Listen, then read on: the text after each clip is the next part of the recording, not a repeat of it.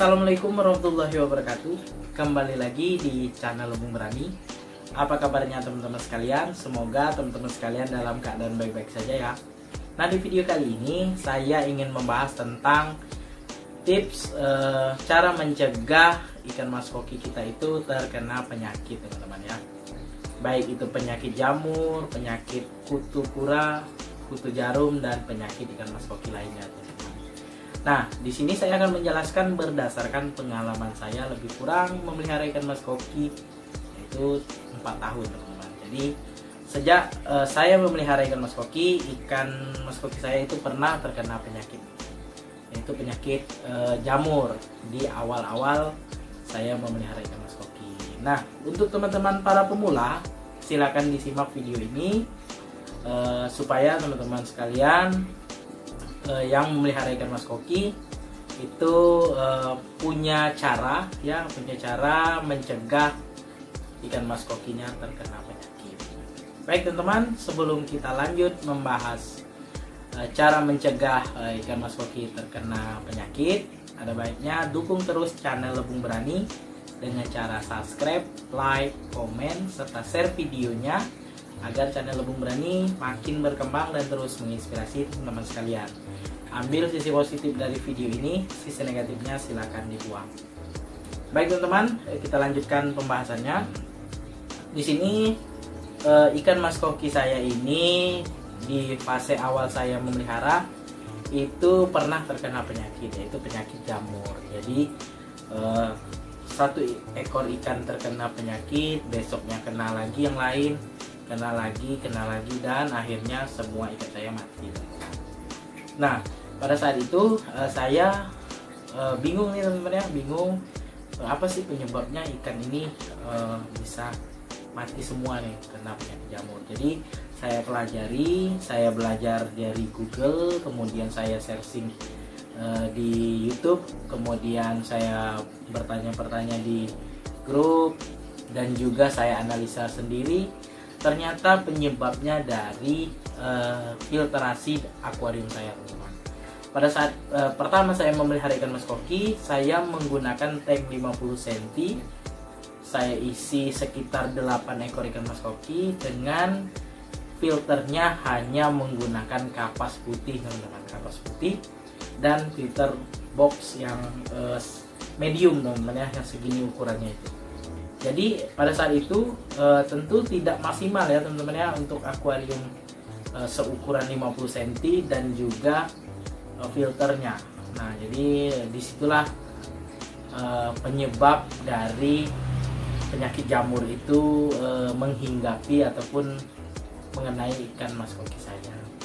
Jadi sekian lama saya pelajari dan akhirnya saya paham, dan alhamdulillahnya sampai saat ini ikan mas koki saya tidak ada yang terkena penyakit jamur lagi, teman-teman.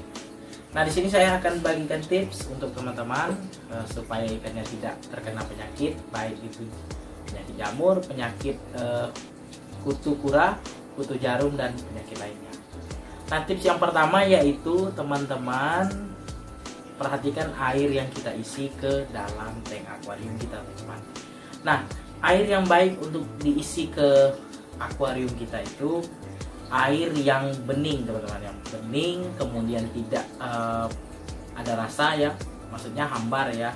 Kalau misalnya di daerah saya ini ada daerah yang airnya sedikit agak asin-asin, teman-teman, seperti air laut. Nah, itu berbahaya untuk ikan mas koki. Jadi usahakan airnya yang bening, yang bersih ya, dimasukkan ke tank akuarium kita. Bahkan bagusnya ya air yang diendapkan, teman-teman. Endapkan, silakan isi ke tank akuarium kita. Kemudian tips yang kedua, teman-teman harus rutin mengganti air akuariumnya, teman-teman. Nah, mengganti air akuarium ikan mas koki itu tergantung dari ukuran tank dan juga filtrasi akuarium kita, teman-teman. Jadi contohnya ya, seperti akuarium saya ini 150 cm menggunakan top filter, tentu saja beda kemampuan filternya dengan menggunakan filter bawah atau sun filter. saya hanya menggunakan top filter. Jadi di sini saya mengganti air akuarium saya 50% teman-teman. Jadi setengah dari air akuarium saya ini saya ganti 1 minggu sekali. Nah, di sini saya juga menggunakan pompa 3200 liter per jam. Jadi tidak begitu maksimal ya kalau untuk tank sebesar ini 150 kali 60 tinggi 65 tidak begitu maksimal ya, tapi di sini saya maksimalkan dengan tidak memelihara ikan mas koki terlalu banyak nih teman-teman. Jadi di sini saya hanya pelihara 7 ekor. Filternya di sini saya tambah jadi 2 tingkat ya. Bagian mekanisnya saya menggunakan top talang ya, top filter talang. Kemudian top kacanya saya full isi media filter biologis teman-teman. Di situ saya maksimalkan. Tapi lain ceritanya kalau teman-teman menggunakan sum filter. Sum filter kan ukurannya luas ya. Kita bisa menaruh media filternya cukup banyak. Jadi teman-teman saya sarankan untuk tank yang seukuran ini misalnya 150 dari 1 meter lah ya, 1 meter 120 cm sampai 150 cm itu teman-teman bisa ganti 30% saja teman-teman, karena filternya juga sudah bagus ya menggunakan sum filter. Kalau misalnya menggunakan top filter saya sarankan ganti 50% ya. Karena perlu kita ketahui ikan mas koki ini adalah ikan raja kotoran. Nah, jadi ikan mas koki itu ketika dia sudah makan maka dia akan mengeluarkan kotoran. Jadi usahakan filternya itu ya dimaksimalkan, kemudian ganti airnya rutin 1 minggu sekali. Oke teman-teman, tips yang ketiga yaitu kita harus memperhatikan media filter akuarium kita, khususnya mekanis ya. Jadi usahakan seperti saya ini ya, top filter, usahakan media filter mekanisnya itu harus dibersihkan ya, dibersihkan 3 hari sekali ya, atau paling lambat itu 1 minggu ketika ganti airnya dibersihkan. Nah di sini untuk media filter mekanis saya itu saya menggunakan susunannya ya, dari yang pertama itu jaring nelayan, kemudian jaring nelayan lagi 2 lapis, busa biofoam. Sudah biofoam itu busa yang warna hijau grand wall, baru kapas putih, dan ada tatakan atau pembatas media mekanis itu, baru langsung turun ke top filter. Nah itu teman-teman ya. Jadi media filter kita yang bagus ya, media filter kita yang terawat itu menghasilkan sirkulasi airnya itu, perputaran airnya itu bagus. Jadi kotorannya itu tersaring teman-teman, tidak mengendap di bagian lantai akuarium kita.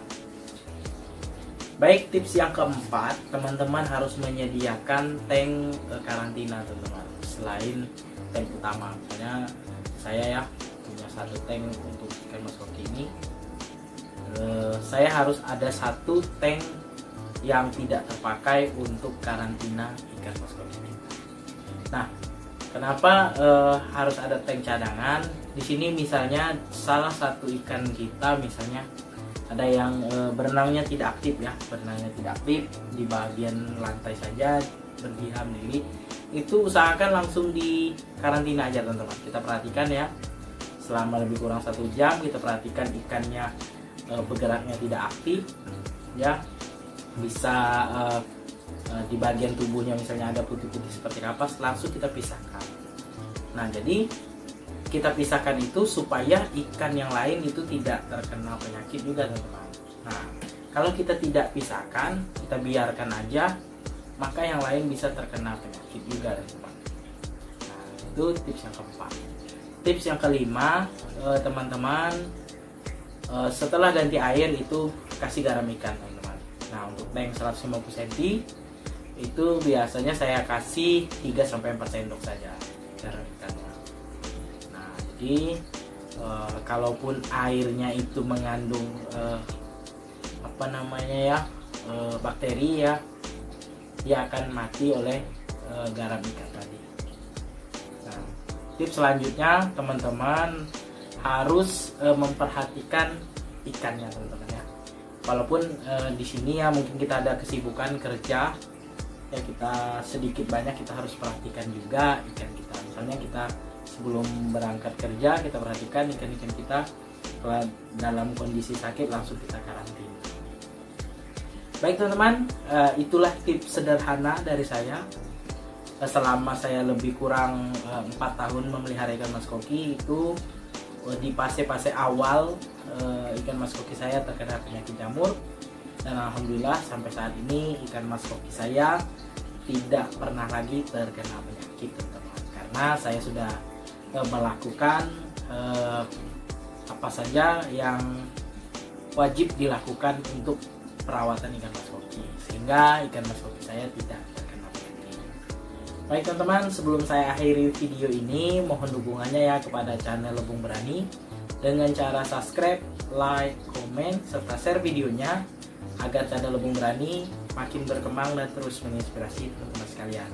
Ambil sisi positif dari video ini, sisi negatifnya silakan dibuang.